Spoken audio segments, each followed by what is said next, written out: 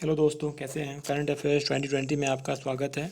ये पार्ट 2 है current affairs का। 2020 में जो भी एग्ज़ाम होने वाले हैं उनके लिए ये सारे करंट अफेयर बहुत ही इंपॉर्टेंट हैं।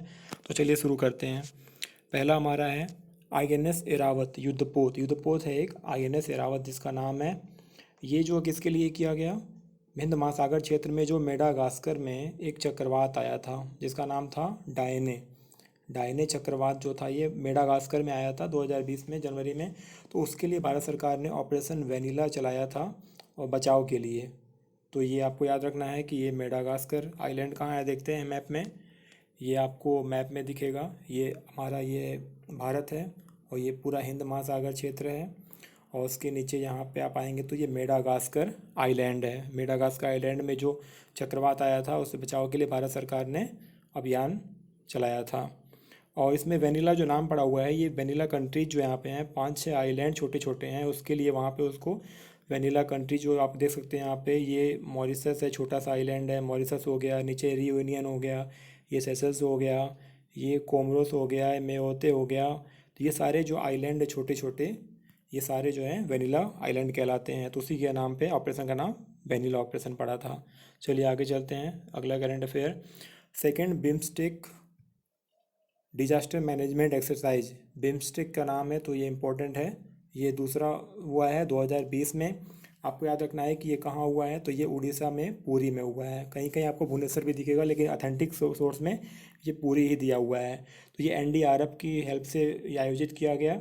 इसका हिंदी में नाम क्या होगा, आपदा प्रबंधन अभ्यास 2020। तो बिम्स्टेक की बात करें तो बिम्स्टेक में टोटल 7 कंट्रीज हैं। उनके नाम यहाँ पे देख लीजिए आप। इंडिया, नेपाल, बांग्लादेश, म्यांमार, श्रीलंका और 2 कंट्री और हैं। इसमें थाईलैंड है और भूटान है, लेकिन उन्होंने इसमें इस एक्सरसाइज में पार्टिसिपेट नहीं किया था। आगे चलते हैं, इसमें देखते हैं, आपको मैप में दिखाते हैं।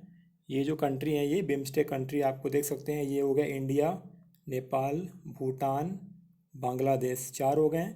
श्रीलंका 5, म्यांमार 6 और थाईलैंड 7। आप मैप में देख सकते हैं जो ये इसमें थाईलैंड और भूटान नहीं था। आगे चलते हैं। बिम्स्टेक के बारे में थोड़ी और जानकारी। बिम्स्टेक की जो स्थापना हुई थी वो 1997 में 1997 में हुई थी और इसका जो हेडक्वार्टर है वो ढाका में है।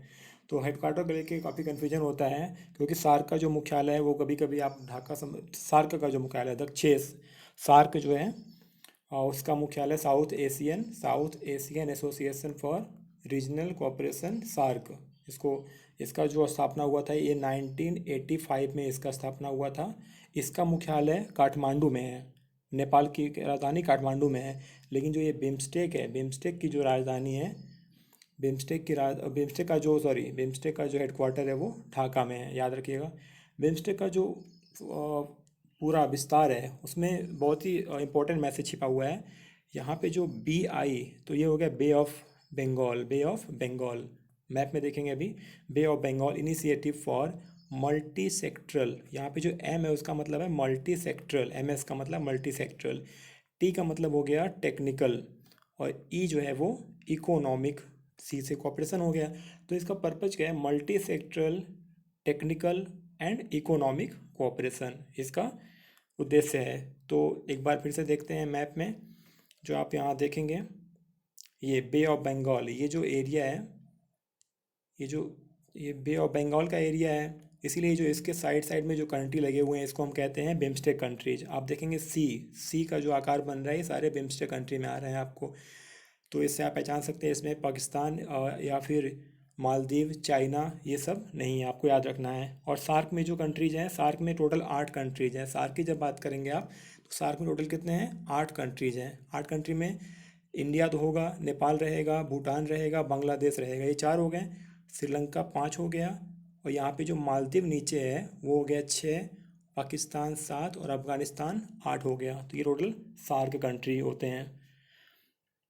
आगे चलते हैं, अगला करंट अफेयर देखते हैं क्या है। ये बहुत इंपॉर्टेंट अभी 2020 का करंट अफेयर है।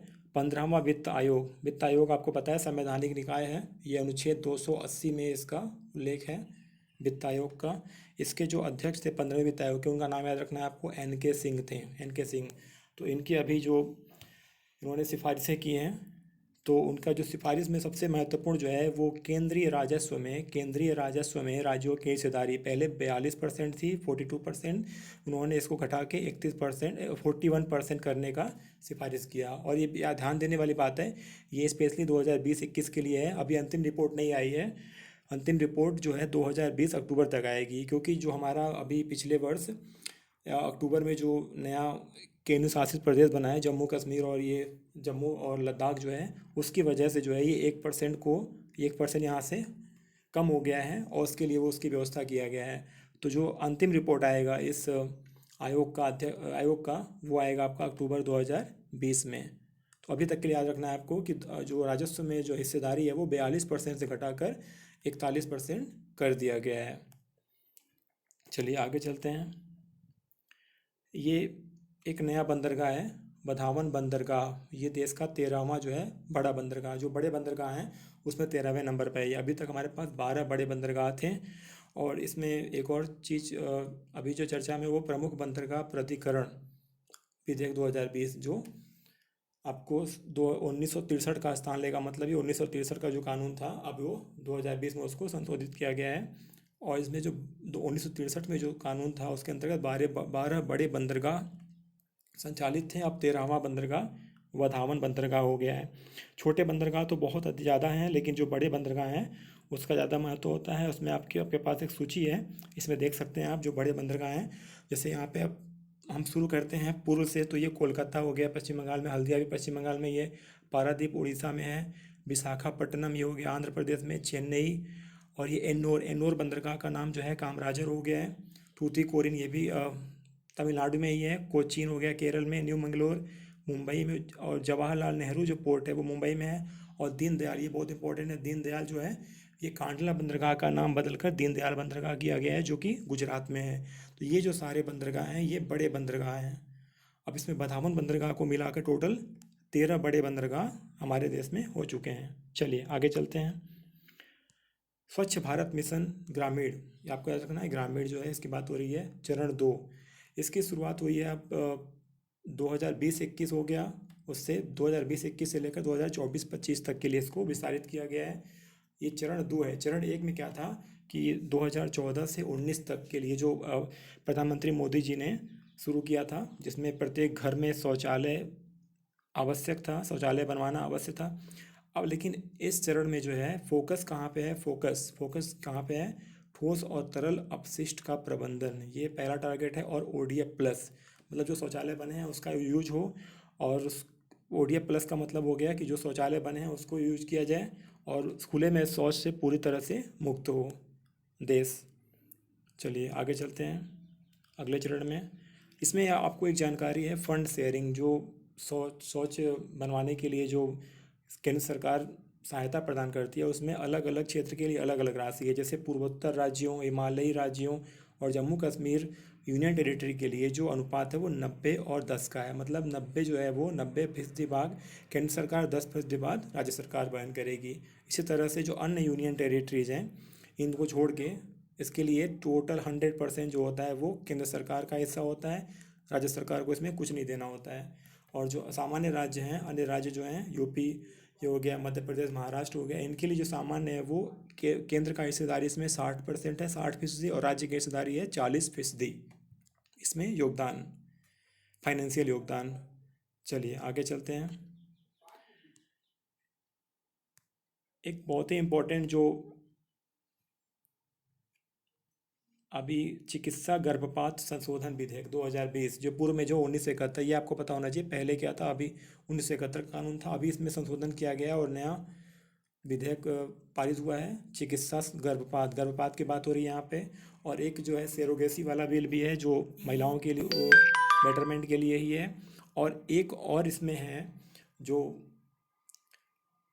मातृत्व लाभ, जो 26 सप्ताह कर दिया गया है बढ़ाकर। पहले क्या था, मातृत्व अवकाश जो था वो कम था, उसको अब 26 सप्ताह कर दिया गया है। तो इसको भी याद रखिएगा आप, ये बहुत इंपॉर्टेंट है 26 सप्ताह, इसको याद रखेंगे आप। लेकिन यहाँ पे क्या है, गर्भपात संशोधन बिल में ये 20 सप्ताह तक का जो गर्भ है उसके लिए एक चिकित्सक की राय जो है वो ज़रूरी है, एक चिकित्सक। लेकिन अगर 20 से 24 सप्ताह का जो गर्भ है तो इसको गर्भपात कराने के लिए आपको दो चिकित्सक याद रखना है, 2 चिकित्सकों की राय जरूरी है। ये विशेष परिस्थितियों में ही इसको अलाउ किया गया है। ये इसमें 1 चिकित्सक याद रखेंगे आप, और यहाँ पे 2 चिकित्सक याद रखना है आपको बस इसमें। ये संशोधित बिल हुआ है, अभी संशोधित बिल पास हुआ है। चलिए आगे चलते हैं। अगला प्रश्न क्या है, ये अंतर्राष्ट्रीय न्यायिक सम्मेलन जो है ये 2020 में, फरवरी 2020 में आयोजित किया गया। ये पहला है, याद रखेंगे, पहला है इसलिए इम्पोर्टेंट है। इसमें स्थान क्या है, न्यू दिल्ली में हुआ है, न्यू दिल्ली आप याद रखेंगे। और जो इसका विषय था वो याद रखिए, न्यायपालिका और बदलती दुनिया। पहला अंतर्राष्ट्रीय न्यायिक सम्मेलन, और इसका विषय क्या है, न्यायपालिका और बदलती दुनिया। चलिए आगे चलते हैं। खेल से एक 2 इम्पोर्टेंट आपके प्रश्न बन सकते हैं, जिसमें रानी रामपाल का नाम, जो कि बहुत चर्चा में थी अभी, रानी रामपाल, ये हॉकी टीम की कप्तान है, महिला हॉकी टीम की। और इनको जो है world game athlete of the year, world game athlete of the year याद रखेंगे, world game athlete of the year 2019 का अवार्ड दिया है, पुरस्कार मिला है। और ये पहली हॉकी खिलाड़ी हैं, दुनिया की पहली हॉकी खिलाड़ी है जिनको ये इस क्षेत्र में पुरस्कार या सम्मानित किया गया है। तो रानी रामपाल का नाम याद रखेंगे। इसी क्रम में जो पुरुष हॉकी टीम के कप्तान है, ये हमारे मनप्रीत सिंह जो है, इनको प्लेयर ऑफ द ईयर घोषित किया गया है। और 2019 प्लेयर ऑफ द ईयर 2019 के लिए तो अंतर्राष्ट्रीय हॉकी संघ द्वारा ये दिया जाता है। ये भी भारत के पहले हॉकी खिलाड़ी हैं, ये सम्मान प्राप्त करने वाले प्रथम भारतीय हॉकी खिलाड़ी।